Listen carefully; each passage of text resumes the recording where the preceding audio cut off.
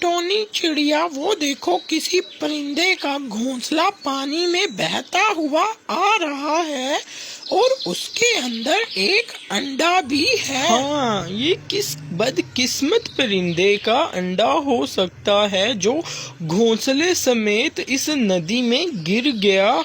चलो इसे बाहर निकाल लेते हैं। टोनी चिड़िया, मुझे तो ये अंडा किसी चिड़िया का लगता है। हाँ बहन, तुम ठीक कह रही हो। मैं ऐसा करती हूँ, इस अंडे को मैं अपने पास रख लेती हूँ।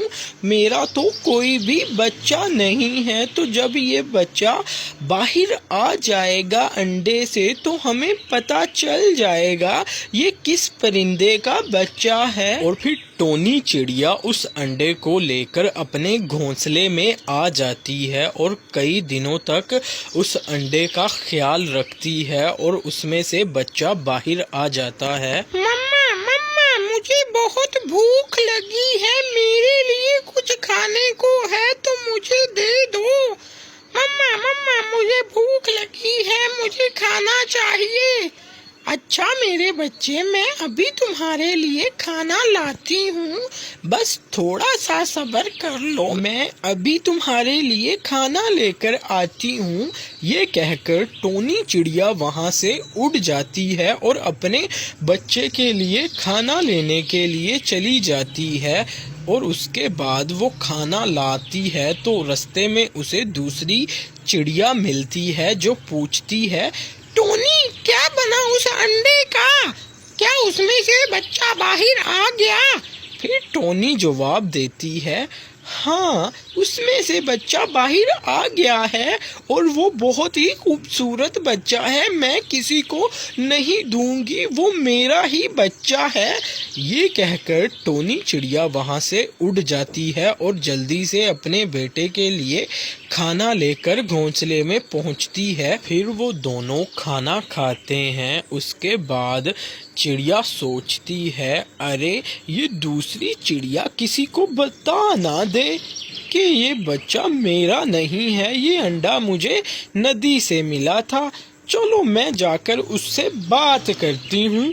ये कहकर चिड़िया उड़ जाती है और दूसरी चिड़िया के घोंसले में जब पहुँचती है तो वो उसे जाकर कहती है, अरे चिड़िया बहन, आप किसी को बताइएगा मत कि ये बच्चा मेरा नहीं है, क्योंकि मैं ही उसकी माँ हूँ और वो मेरा ही बेटा है। वो मुझे बहुत पसंद करता है और मैं भी उसे बहुत ज़्यादा प्यार करती हूँ।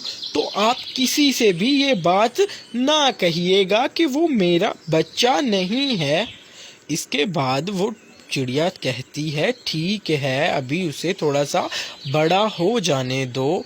और उसके बाद टोनी चिड़िया वापस आ जाती है। यूं ही कुछ दिन बीत जाते हैं और वो बच्चा थोड़ा सा बड़ा हो जाता है और चिड़िया उसके पास आती है और टोनी चिड़िया से कहती है, टोनी चिड़िया, जरा साइड पे आके मेरी बात सुनना। जी बहन, करो, आप क्या बात करना चाहती हो? तो बात ये है कि मैं बताने आई थी तुम्हारे बच्चे को कि ये तुम्हारी असली मम्मा नहीं है, इसने तुम्हें नदी से उठाया था। तो मैंने सोचा पहले मैं तुमसे बात कर लूं। हाँ, अगर तुम मेरे लिए रोज खाना ला दिया करो तो मैं कभी भी नहीं बताऊंगी कि ये बच्चे की असली माँ तुम नहीं हो। टोनी चिड़िया ये सुनकर कहती है, ठीक है बहन, मैं तुम्हारे लिए खाना ला दिया करूंगी, पर आप मेरे बच्चे को बिल्कुल भी मत बताइएगा। मैं उससे बहुत ज़्यादा प्यार करती हूँ और मैं उसे नहीं खोना चाहती। तो प्लीज़ मैं आपके लिए रोज़ खाना ला दूंगी, आप ये बात उसे मत बताइएगा। अगले दिन से टोनी चिड़िया हर रोज़ जब खाना लेने के लिए जाती तो पहले वो दूसरी चिड़िया को खाना देकर आती और उसके बाद वो अपने बच्चे और अपने लिए बचाकर लेकर आती।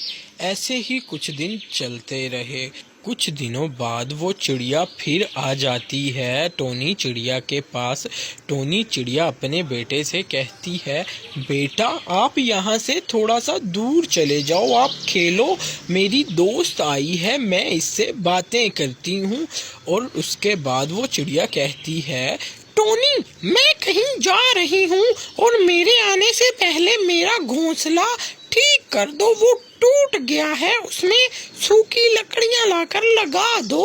उसके बाद टोनी चिड़िया कहती है, अरे बहन मुझे तो लगाने ही नहीं आती, मुझे नहीं मालूम कि तुमने अपना घोंसला कैसे बनाया है, तो मैं कैसे लगा सकती हूँ। ठीक है, अगर तुम नहीं लगा सकती तो मैं तुम्हारे बेटे को बता देती हूँ कि वो तुम्हारी असली मम्मा नहीं है। ना बहन, ये जुल्म मत करना, मुझे मेरा बच्चा बहुत प्यारा है। ठीक है, मैं तुम्हारा घोंसला ठीक कर दूंगी। उसके बाद वो चिड़िया चली जाती है और चिड़िया का बेटा आ जाता है और कहता है, मम्मा मम्मा मैंने आपकी सारी बातें सुन ली हैं, आप ही मेरी मम्मा हो। क्या हुआ अगर आपने अंडा कहीं और से लिया था, पर आपने मुझे मम्मा की कमी नहीं महसूस होने दी। कुछ भी हो जाए, अब मेरी मम्मा आप ही हो, मैं किसी और को नहीं मानता अपनी मम्मा। इस तरह वो चिड़िया का घोंसला भी नहीं बनता और वो अपने रोज रोज के खाने से भी हाथ धो बैठती है।